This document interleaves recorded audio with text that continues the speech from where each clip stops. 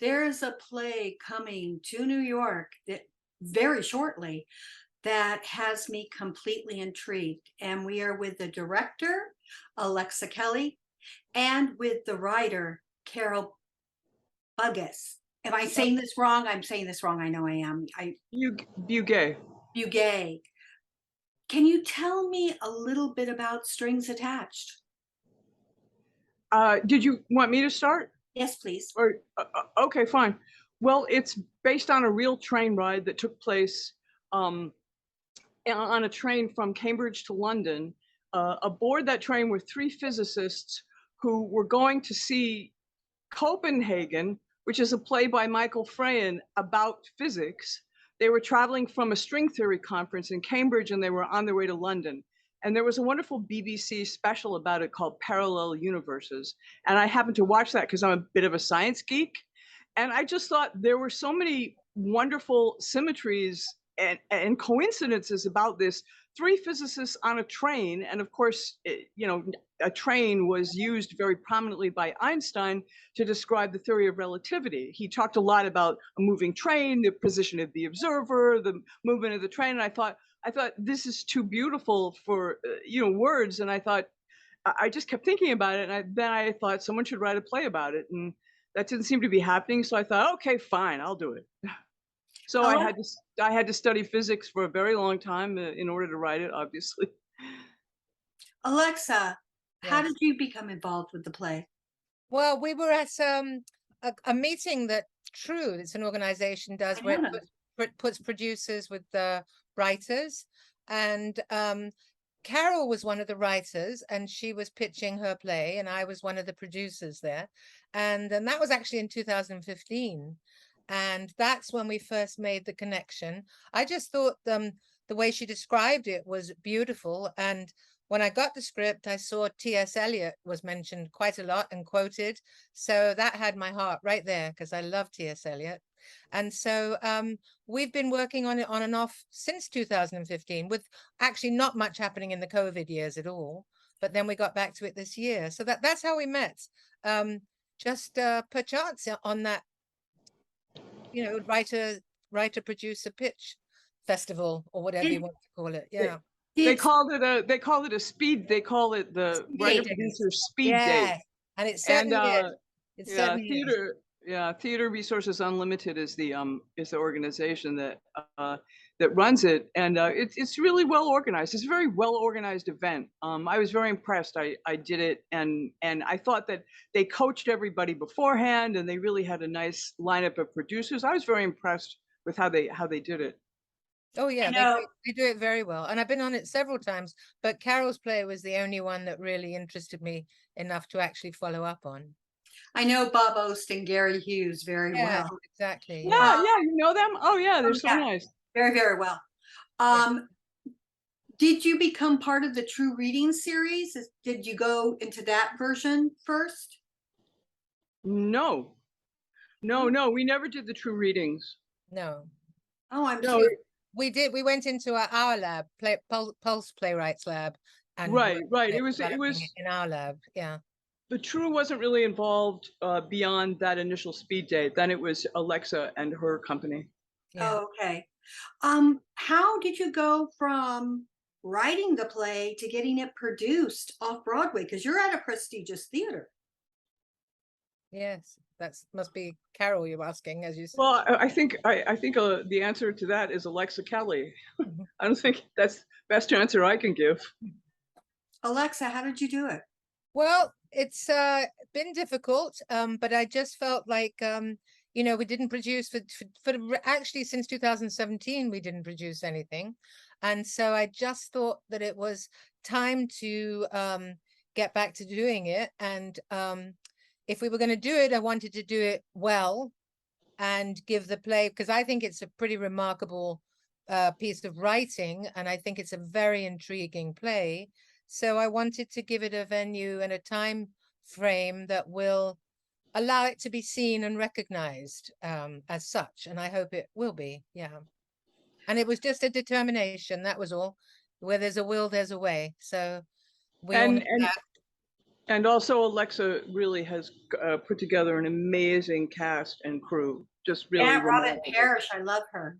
Oh, she's lovely, absolutely lovely. And of course, everybody else is wonderful. Paul Schaffler has major credits. He's wonderful. Brian's done a lot of stuff. The cast is great. I really, really feel like it's a blessing. It's one of those experiences that reminds you of why you really love theater. Because Mhm. working with good actors in a room can be, on good material can be just such a wonderful experience. So, Yeah, and and the this whole has the been, whole the whole production staff has just been amazing. yeah, yeah. Now, I have a question that will probably sound out there, but then again, most of my questions are. Mhm. Um, when you mention this subject to me, I think of time travel. Is there that in this play? Not per Uh, se, no, no, not really. You wouldn't call it time travel. There is the issue of whether there are parallel worlds happening at the same time and Yes, same parallel thing. universes, but they eh, don't go back and forth in time, if that's what you mean by time travel. No, we there is an appearance of some dead people though, so in that sense, I think that it's more a question of being magic realism. Like the script leans fairly heavily on the notion of magic realism and the ability to talk with the dead.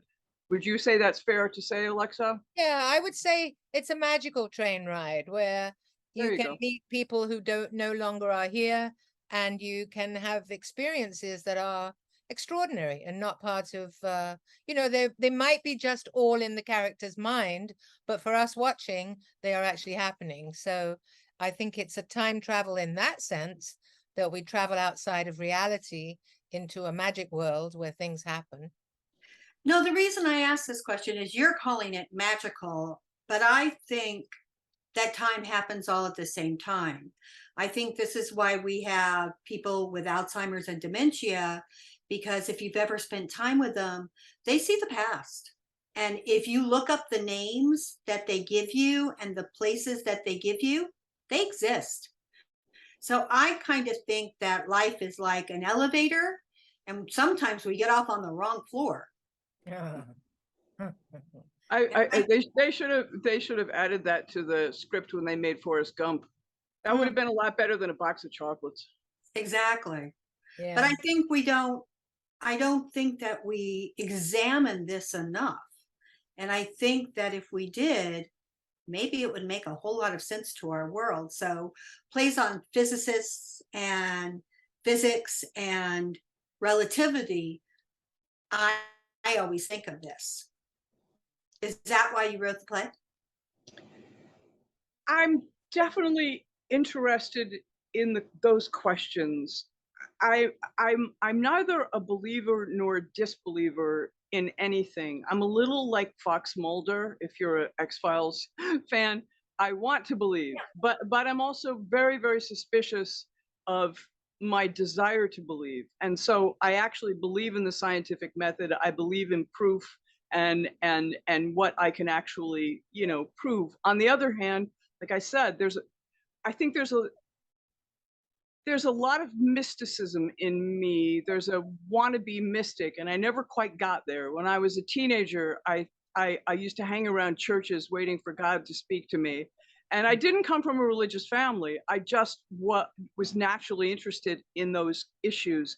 And I was interested in the mystics like William Blake. And I actually wrote a paper on an obscure German mystic. Well, not that obscure, but and so those issues have always been fascinating to me. So in that sense, I'm open. I'm always open, but I also distrust human desire. Let me put it that way. Oh, So I think yes.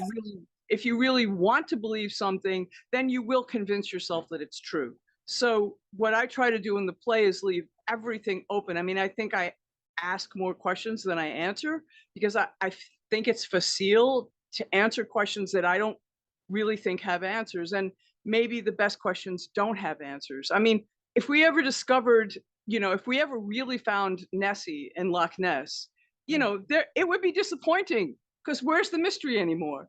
And so, yeah, I kind of feel that the really great questions. We keep inching closer and closer, but I'm not sure we'll ever get there, and I'm not sure that we ever should. Alexa, tell me a little bit about your theater company. Well, we were founded in 1989, actually, as an ensemble theatre company. We had a group of actors, and the plan was to use the same group in a repertory mode so that, people would play backup roles in some and leads in others. It did get to be harder and harder maintaining that, though, the ensemble company. And so we started on Sixth Avenue, and then we were on a walk up on Sixth Avenue that was like a stairway straight up to heaven, or if you were coming down, straight down to hell, because it was practically 3 flights vertical. So you almost got nosebleed walking up. But they were there for a while. Then we moved to 42nd Street. I don't know if you how long you've been familiar with it, but you know where the Fairbanks was? We Oh, were yeah. right onto the Fairbanks where Cafe Ariel used to be. Yeah. Yeah, we were there, and we were there until 2002 when they started getting ready for this demolition, to put the MEMA building up. And since then, we haven't had our own space. And so subsequently, we haven't had our own company either. So we're putting this now as a Pulse Theatre, not Pulse Ensemble Theatre. So Mhm. this is our new venture into off-Broadway with Pulse Theatre. So we've done a lot of work. We founded the Harlem Summer Shakespeare in Riverbank State Park, which was, I don't know if you've seen the amphitheater there. It's a gorgeous amphitheater right on the river. And so the only bad thing about that is when the ship comes down and you're in the middle of a play, because you can't but look at this silent, huge ship coming down right behind the stage. So it's quite fascinating, but it's beautiful. So we were very happy doing that, but everything sort of ended on that. And in 2017, we sort of informally closed. We left our last office space because they were doing something else with it and wanted us to leave. So at that point, we sort of informally closed. And so this is our comeback now as Pulse Theatre, and with this fantastic play that we are very excited to be making our Pulse Theatre debut with. Now, I'm curious because have you thought of bringing this to EST or having EST come a part of it? Because of the science, you mean? Yeah, because of science. They're Yeah, very science. I wrote to them years ago, and to tell you the truth, and I wrote to Second Stage too, because they are the ones that now handle that science grant. I can't remember Okay. which foundation Oh, does. they have it now? Yeah, I EST believe, has I it. believe yours, I believe it's the Sloan Foundation. Is that right? Yes, it is the Yes. Sloan. Yes, it is the Sloan. They have that. You have to go through either EST or Second Stage How to did Second get. Stage get it? They don't do any science I plays. don't know. But Second Stage did respond at least. But EST, first they lost the script, and so then we had to take another script. And then no matter how many times I wrote to them, I never got a response. So I did think about them as the answer, and I did submit to them is the next phase of the answer, but I never went back. I may be able to help you. I have to go back through my stuff, and it's been God knows where at the moment. But I used to have the guy who runs the Sloan Foundation's email address. If I Oh, can find it, I will give it to you yeah, thank you. because Well, this we've is sort right of. up their alley. Yes, yes, definitely it is. That's why we had hoped to get some help from them, but we bypassed that eventually from lack of a response. And here we are. We've got other support and did it. So Well, maybe you should like invite the Sloan Foundation absolutely, that's a great idea. because it's a way of getting more people involved in this. I love plays about science. I'm a huge component of that. I do like facts, but I Yeah, also think that sometimes facts aren't the way we think they are. yeah, right, right. And I know that science plays, unfortunately, on Broadway haven't fared that great. And they No, should. They really should. yeah. So I'm very curious about this play. I'm looking forward to seeing it. Tell me Oh, when it's I forgot to mention something earlier when I was talking about the train ride. Speaking of the science, during the course of the train ride, and that's why they actually did this special on them, this documentary. During the course of this train ride, they came up with a new idea for the Big Bang, and the Big Bang has long been something that was kind of accepted, you know, by the scientific community, but it never really answered all the questions that were out there, and it never really fit with the physics that existed. And there were issues. There were 3 or 4 major issues with it, and yet they've never really figured out how to get around that. And so the Big Bang was just sort of, oh yeah, that's the way it was because we don't have anything better. So what happened was the 3 original scientists, Paul Steinhardt, Bert Overett, and Neil Turok, came up with this idea that what if there was no Big Bang? What if there was something else? And they actually wrote a paper on it, and I think they may have come out with a book on it since then, describing a very different origin of the universe. And that was kind of the culmination of that train ride, was they actually came up with this new theory during that train ride. So that's what inspired the BBC to do the special in the first place. And that's what I found so fascinating. But also the fact that there were 3 physicists on a train, which actually was the original title was actually 3 physicists, 1 train, I think was the title. And my agent was like, that's not a good title. And I was like, oh, you don't think so? No, not really. No, I have to agree with them. Yeah. Yeah. But they've just discovered something now, like last week or something, again, disproving the Big Bang theory. Oh, I don't think. Yeah, it's not really holding up. It's just getting the right theory in its place. And there's a lot of YouTube videos and Wikipedia articles about the theory that Paul and his cohorts actually came up with. And yeah, they're calling it I think it's ecroptic universe, which means conflict, which is Greek for conflagration. There you go, Alexa. There's your Greek background. There you go. There you go. Yourself have said, by the way, that you're more Greek than you are British. So there you go. You know, but it's not just about physics. You know, there is human relationship triangle in the play. So if you're not gung-ho about physics, there's also this relationship, this triangular relationship to be addressed. And that's a very human, very real issue going on, subplot, if you will, or main plot, actually. The physics goes around this plot. So it's got all really the good human point. interest. Yeah, it's got all the human interest as well. It's not just some sort of physics treatise, you know, it's got absolutely. And I actually changed the characters and added a woman. And yeah, the original train ride didn't have any interpersonal drama, but I injected plenty of interpersonal drama. Right. You know, I just used the ride as a kind of like a template, you know, to put characters on. Yeah. Do we learn the theory? Yes. Yes, we do. In fact, Bert and Paul reading the script, that's Paul Steinhardt and Bert Overett. They read the script and they said, that's how it was. That's really how it was on the train. I was like, oh, thank God. I'm so glad. They were like, I can't believe you caught that. Well, you know, I was living in a log cabin in the woods. I had only a bicycle. I didn't have any internet, and I just had books. I had no television, and I just would ride my bike into town and get physics books and, you know, read physics half the night.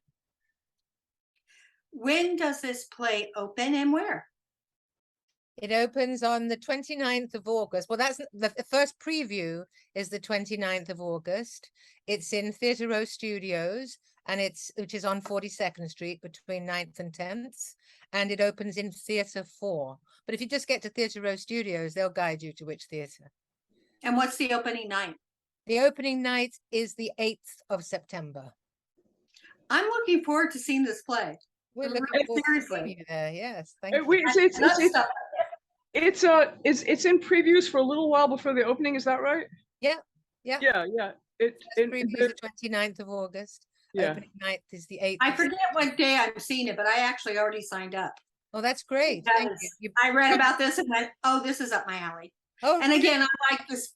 I like when EST does science plays. Oh, yes. So I'm always looking forward. Oh, I just want to correct my own pronunciation. The model of the universe that they came up with is called the ekpyrotic. The ekpyrotic model of the universe, that's what they call it, and that's Greek for conflagration. I just have one thing to say. I had a problem saying your last name. I'm going to have a bigger problem saying that. Yeah. I'm not even going to try to say that. even I'm though just saying And it because thank God you didn't call your play that, because no one would be No. able to pronounce it. I just wanted to get it right because, you know, Paul has a number of papers out there about this theory, and he holds the Einstein Chair of Physics at Princeton University. So he's become even more prominent since I Oh, first met wow. him and first wrote about him. He's quite prominent, and so is Bert. Neil, I don't really know, but anyway. Well, I seriously am looking forward to this play. thank you. Strings attached for those who don't remember the name. Thank you. you very much. Thank you. Thank you so much for having us.